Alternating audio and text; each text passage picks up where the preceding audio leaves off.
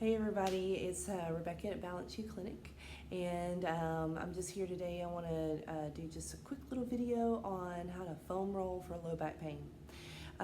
Variety of reasons for low back pain. We can't, no reason to really go into all of that, but the idea is you do want to open up your psoas muscle and your adductors and your tibialis anterior. So you're going to learn a little anatomy today. And so what you want to first think of is psoas muscle starts in the back. It's L1, 2, 3, and 4. Then it rotates into the front and in through the groin crease, and then it attaches to the big quad muscles and then also to the adductors. And then to go all the way down the chain, that's what they call it a lot of times, is this anterior, it's called tibialis anterior, but it's your shin muscle. Everybody knows that big chunky muscle there. So when you're having lots of low back pain, a lot of times it's the psoas being super tight and it's pulling on that low back, causing the compression in the spine.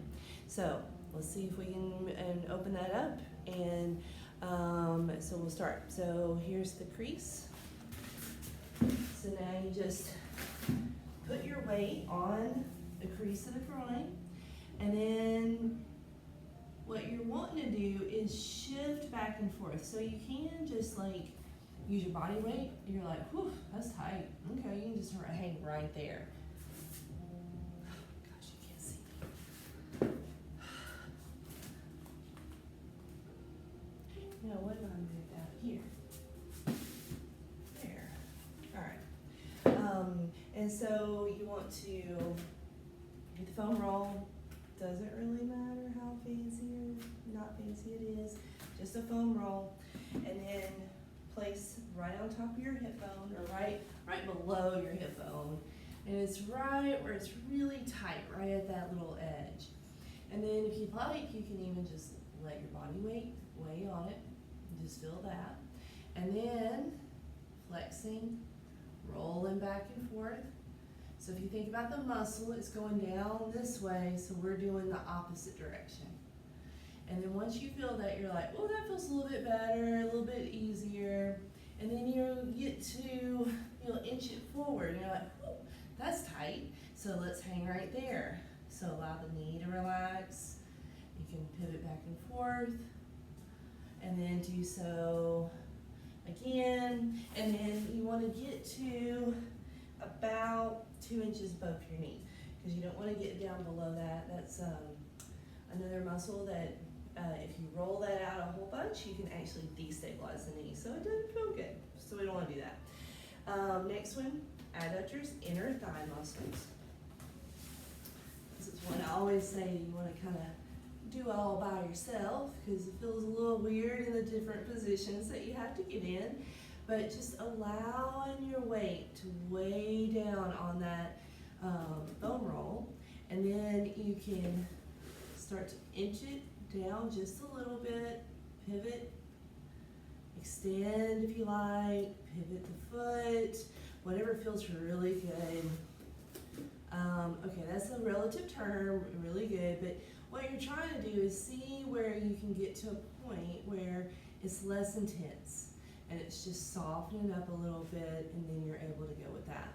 And then you can extend just like I'm doing here, and then again, just about 2 inches above the knee for the stabilizing issue. Then tibialis, right there. So all you have to do is just lean onto that foam roller, and you can, and that might be enough right there. You're like, ooh, that's tight. And so you can shift back and forth, or you can roll your foot around in circles, reverse direction, see what feels right, and then just inch it forward. Do it again. And then what you're trying to do is open up the fascia. The muscles are pulling forward with the low back and causing the instability. Now, primarily, if you got a disc problem or low back stuff going on, those are the 3 main muscles that I prefer to do. Calves are always good because it's just, you're really tight. Most people are. But hamstrings, you just gotta be a little careful with loosening up too much, especially if you do have a disc problem. because it can destabilize the low back. The hamstrings are tightening as a protector. So you just want to be really careful with that. So if you do want to do calves, you can just land one foot and back up so you can see. And so you just land one foot, you can go back and forth.